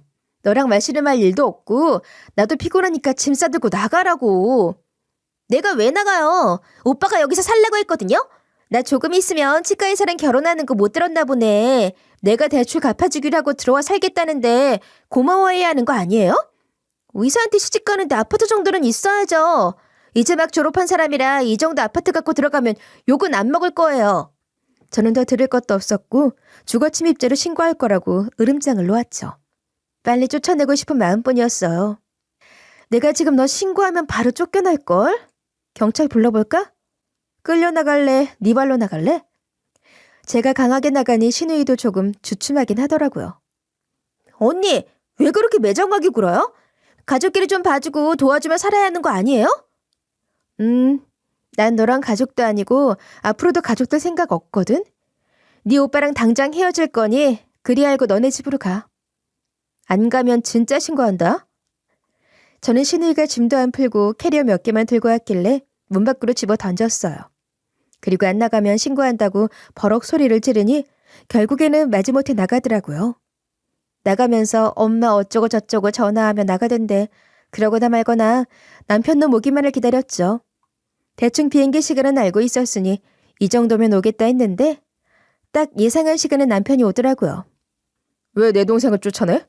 한국 오자마자 나랑 어른한테 인사드리고 갈 생각은 안 하고 내 동생 쫓아내려고 눈이 벌게져서 쫓아왔어? 너 그렇게 안 봤는데 진짜 매정하고 못됐네. 내 집에 허락도 안 한 사람이 들어와서 잠이나 자고 있는데 안 쫓아내고 베길 사람이 어디 있어? 주거 침입죄로 신고 안 한 것만 해도 감사한 줄 알아야지. 너도 마찬가지야. 난 너랑 같이 살 생각 없으니 당장 나가. 뭐? 아 진짜 왜 자꾸 그래? 10년만 좀 참으면 다 잘 되는데 너 하나 때문에 이게 뭐야? 집안에 의사 하나 들여오는 게 쉬운 줄 알아? 그것도 아직 어리니까 쟤랑 만나고 결혼 얘기 나오지. 더 나이 들면 쟤랑 결혼하겠어? 이때 집 한 채 딱 갖고 가서 결혼시켜야 할 거 아니야? 그게 나랑 무슨 상관이야. 너네 동생이 결혼을 하든 파혼을 하든 그건 내가 알 바가 아니지. 그리고 맨날 10년 정도 어쩌고 하는데 10년이 20년 되고 20년이 30년 되는 거야. 그러다 명의만 내 집이지 네 동생이 꿰차고 안 돌려주면 어쩔 건데? 그러다 우리가 안 사니까 명의도 동생한테 넘겨주자고 하려고? 그건 그때 가서 보면 되잖아. 그리고 치과의사랑 결혼할 건데 얼마나 콩고물이 떨어지겠어. 넌 왜 그런 것도 생각 못하냐? 치과의사가 벌이가 얼마나 좋아. 내 동생이 결혼만 하면 어련히 대출 다 갚아주고 하겠지. 걔가 결혼하고 나면 우리 생활비도 준다더라. 10년만 기다리면 되는데 넌 그걸 못 참아? 자꾸 10년 하는데 흥선대원군은 10년 동안 기어다니다가 자식을 왕으로 만들었다지만 이건 뭐 기약 없는 시집살이 지옥에 빠지는 거잖아요. 말이 10년이지. 저는 그냥 명의 빌려주고 집까지 넘겨주고 평생 시집살이 할 노예가 될 게 뻔했어요. 내가 미쳤다고 시집살이를 해? 요즘 누가 시집살이를 해? 시부모 모시고 사는 게 쉬워? 너 같으면 우리 부모님 모시고 살 거야? 못하겠지? 너도 못하는 걸 왜 나한테 강요해? 우리 엄마는 혼자 계시잖아. 근데 뭐가 힘들어? 혼자 계시는 분 모시고 사는 게 그렇게 어려워? 장인 장모는 두 분 계시니 의지가 되겠지. 근데 우리 엄마는 혼자라 얼마나 적적하시겠어? 뭐? 너네 엄마가 왜 혼자야?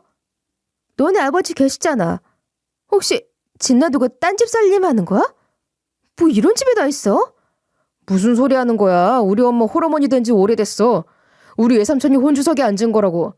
엄마 혼자 계신데 모시는 게 뭐가 어렵냐? 이건 또 무슨 소리야? 갈수록 태산이었어요. 이게 어쩐지 지가 나서서 혼인신고한다고 하길래 저도 바빠서 알겠다고 서류만 넘겨줘서 보냈는데 아버지 없는 것까지 속인 거예요.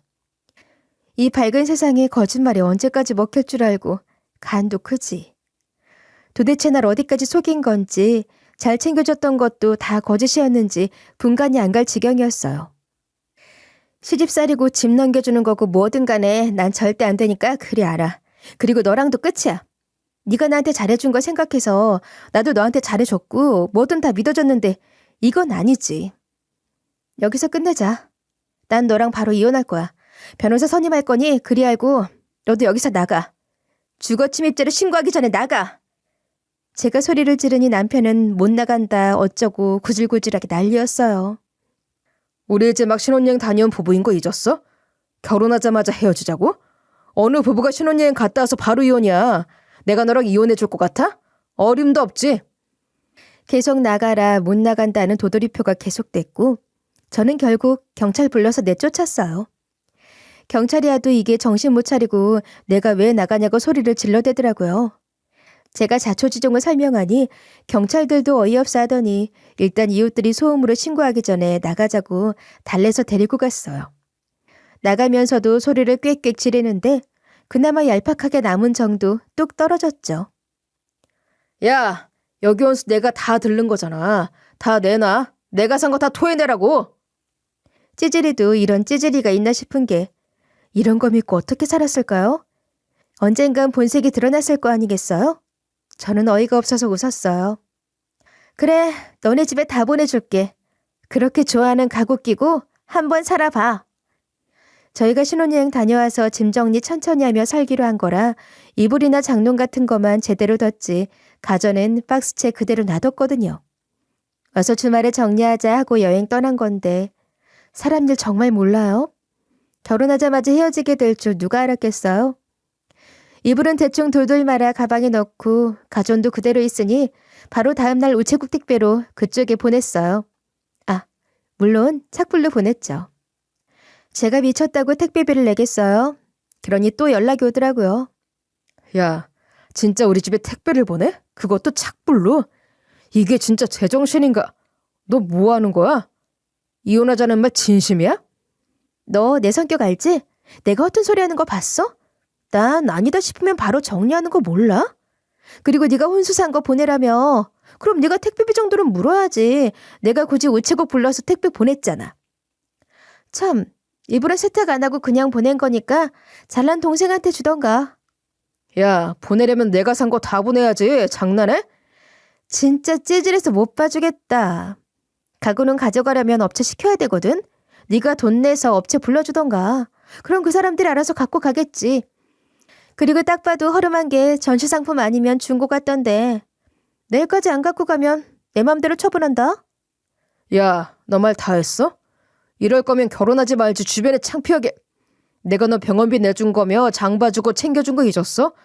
그거도 다 토해내. 어차피 갈라서 할 거 그런 거라도 받아야겠다. 나도 너 힘들 때 많이 챙겨줬거든. 그리고 고맙다고 나중에 명품 시계 선물해줬잖아. 그거 지금도 중요한 날마다 차고 다니던데. 내놔. 그거 다 토해내면 나도 네가 준 거 돈으로 환산해서 줄게. 계산은 철저히 해야지. 계속 제가 받아치니 전화를 뚝 끊어버리더라고요. 이런 놈은 도대체 뇌고자가 어떻게 된 건지 궁금할 지경이었죠. 문자로 남은 가구는 돈 주고 업체시켜 가져가라니 또 그건 잠잠 무소식이었어요. 돈 아까웠나 봐요. 정말 환장을 노리셨어요. 저는 그놈이 산 가구는 중고업체 불러서 싹 팔아버렸어요. 그 돈으로 친구 불러 짜장면 시켜 먹으며 열변을 토하니 그나마 속이 좀 풀렸어요. 그때까지 집에는 차마 얘기 못했거든요. 내가 이럴 줄 어떻게 알았겠어. 너니까 얘기하지 이런 걸 도대체 누구한테 얘기할 수 있냐고. 결혼하자마자 사람이 싹 바뀌는 게 진짜 소름 돋더라. 오죽하면 거기서 바로 표 끊어 한국으로 날아왔을까. 야, 어차피 이렇게 된 거 잊어버려. 집까지 공동명의했으면 어쩔 뻔했어. 이왕 이렇게 된 거 집 하나 얻느라 수고했다 생각하고 털어버리자. 안 그러면 너 속만 썩어. 집 한 채 얻었으니 됐다 생각해. 그렇게 사는 놈이 얼마나 잘 살겠어. 그 집 구석 결국 망할걸?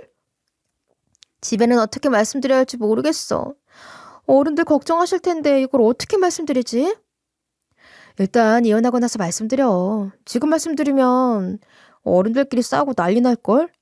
너무 바빠서 인사는 조만간 하러 가겠다고 대충 둘러대고 변호사 만나서 상담해봐. 변호사가 알아서 해주겠지.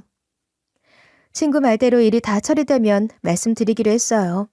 일단 제 선에서 처리해보고 안 되면 부모님한테 알려야겠다 생각하며 변호사한테 찾아갔죠.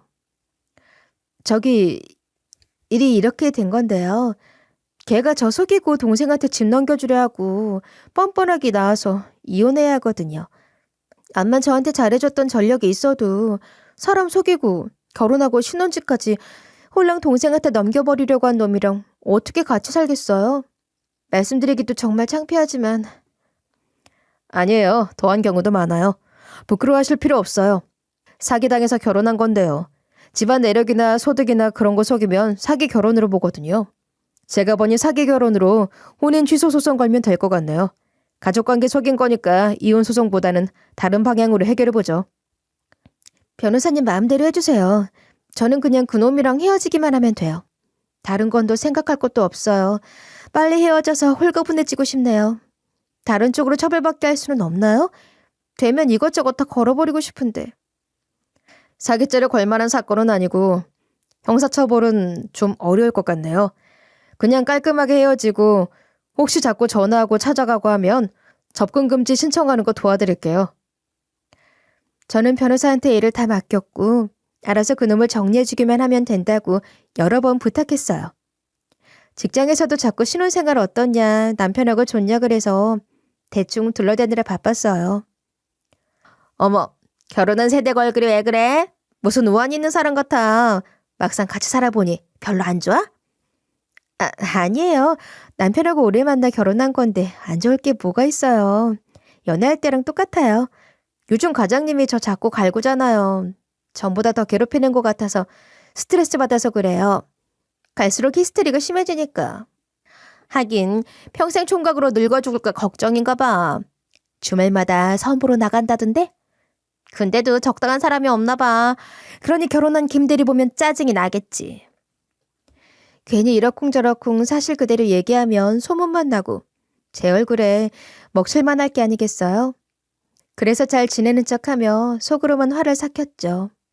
남편 어쩌고 하는 얘기만 나와도 성질이 나서 표정이 굳어지는 걸 숨기는 게 힘들더라고요. 소송 걸고 제대로 재판 시작되려 하니 남편 놈이 그제서야 잘못했다고 싹싹 빌었어요. 내가 잘못했어. 이런 거 갖고 소송이라니 왜 그래? 화 좀 풀리면 다시 살자고 할까봐 혼수도 그대로 두고 기다렸는데 진짜 나랑 헤어지려고? 10년 만나 결혼했는데 결혼하자마자 헤어져? 너 진짜 나 안 보고 살 수 있어? 그럼 내가 너 안 보고 살지 보고 살겠냐? 난 너랑 오만정 다 떨어져서 가구도 팔아버렸거든? 중고업체 부르니까 이거 딱 봐도 중고라 하더라. 너 전세금 나온 걸로 혼수한다면서 남은 거 싹 다 까먹었지? 대충 보니 돈 얼마 안 나왔겠더만. 근데 생색을래? 아휴, 내가 사람 잘못 봐도 한참 잘못 봤지. 아무튼 그냥 물으면 안 돼? 내가 잘못했어. 동생한테 집 안 줄 테니까 그냥 같이 살자. 혼인신고하고 식 올리고 신혼여행까지 다녀와서 이게 무슨 일이야. 남들이 뭐라고 하겠어. 그래도 우리 둘이 만나온 정이 있는데 소송 그만두고 나랑 살자. 가전도 그대로 놔뒀어. 내가 너한테 오만 정이 다 떨어졌는데 같이 살겠냐? 됐다. 이제 전화도 하지 말고 그냥 서로 모른 채 지내자. 네 주변은 네가 알아서 정리해. 창피하면 계속 유부남인 척 하던가. 난 내가 알아서 정리하고 있거든. 창피한 줄이나 알면 다행이지. 아휴. 저는 계속 전화 오는 걸 무시했고 소송은 그대로 진행했어요. 같이 살지도 않을 건데 최대한 빨리 판결 받기만 기다렸죠. 결국 혼인 취소 판결을 받았고 적당한 때에 집에 사실대로 이야기했어요. 역시 부모님은 불같이 화를 냈지만 차라리 빨리 알고 정리해서 다행이라고 하셨어요. 넌 그렇게 중요한 일을 왜 이제서야 얘기해? 너 혼자 감당하느라 얼마나 힘들었어. 네 아버지가 그놈한테 찾아가서 두드려 팬다는 거 간신히 말렸어. 그 집구석에도 찾아간다는데 아버지 성질 알지? 내가 중간에서 말리느라 힘들었다. 엄마 죄송해요. 소송 걸기도 전에 말씀드리면 두 분 다 찾아가서 난리 날 것 같아서 말씀 안 드린 거예요. 나도 정리가 돼야 말하기도 쉽고. 아무튼 걱정 끼쳐서 죄송해요. 너 주변에는 뭐라고 할 거야? 직장 사람들한테는 뭐라고 할 건데? 친구들이야 그렇다 치지만 직장에서는 얼마나 말이 많겠어. 다들 일에 찌들어 낱말하기 좋아할 텐데 네가 얼굴 못 들고 다닐까 봐 크게 걱정이야. 안 그래도 이직 준비하고 있어요. 여기 회사 과장이 자꾸 나 갈구거든. 그거 싫어서 이직하려고 했는데 잘 됐지 뭐. 회사 옮기면 거기서는 그냥 싱글이라고 하면 되잖아요. 아예 업계 다른 쪽으로 알아보고 있으니까 너무 걱정 마세요. 아무튼 네가 알아서 잘하겠다만 그런 놈한테 걸렸다는 것 자체가 화가 나는 거야. 우리라도 알아봤어야 하는데 오래 만났다길래 괜찮은 줄 알았지. 그렇게 속이 시커멓고 싹수가 노란 놈인 줄 누가 알았겠어. 그러게. 이제라도 알았으니 됐지. 어영부영 넘어가 살았어 봐. 내 인생 어떻게 됐겠어. 허무해도 빨리 정리하는 게 낫지. 아니 근데 뭐 이런 일이 있냐? 상식이 있으면 그런 짓은 못하지. 솔직히 내가 네 아버지 말리긴 했다만 나도 그 집에 찾아가고 싶더라. 귀한 남의 집 딸내미 갖고 장난을 쳐? 아우 엄마 됐어요. 엄마도 한성격하니 내가 조심스러웠는데. 더러운 집구석 괜히 찾아가서 더러운 거 못 쳐오지 말고 액땜이 때 생각하고 넘겨요. 이미 이렇게 된 걸 뭐 어쩌겠어요. 그냥 잊어버려요. 좋은 것만 보고 살아도 모자란 판국에 자꾸 그러면 나 때문인 것 같으니까 여기서 덮어버려요. 부모님이 속상해 하시는 걸 보니 죄송스러웠어요. 그래도 팔자 꼬이기 전에 잘 벗어났다고 하시니 조금은 위안이 됐죠. 저는 적당한 타이밍 노려서 괜찮은 대로 이직해버렸어요. 안 그래도 회사에 미련도 없었는데 일이 이렇게 되니 혹시 소문나는 것도 걱정돼서 빨리 옮겨버렸죠. 일부러 기존 회사랑은 거리가 조금 먼 지역으로 갔고 업무는 비슷해도 업계가 다른 데로 이직했어요. 그래야 소문날 일을 차단할 수 있지 않겠어요? 운이 좋았던지 괜찮은 곳으로 옮겨서 연봉도 올라갔고 조금 있으면 팀장직도 달 것 같아요. 전 남편이라 할 수도 없는 그놈은 잊을만 하면 연락이었어요. 술 처먹고 연락하는 건지. 내가 잘못했어. 그냥 합쳐서 다시 혼인신고해서 살면 안 될까? 내가 그때 잘못 생각한 거 하나 빼곤 우리 크게 나쁠 거 없잖아.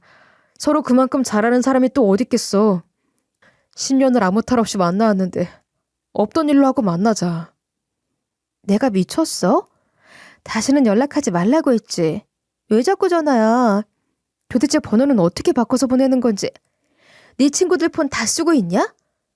내가 번호를 바꾸던가 해야지 진짜. 스토킹으로 신고하기 전에 그만 좀 연락해. 왜 그렇게 매정하게 굴어? 내가 그렇게까지 잘못한 건 아니잖아. 됐다. 네가 연락한 거 싹 다 증거로 남아있으니까 이것도 스토킹으로 신고해줄게. 계속 연락하는 것도 처벌받는 거 알지? 접근 금지도 신청할 거니까 찾아오기만 해.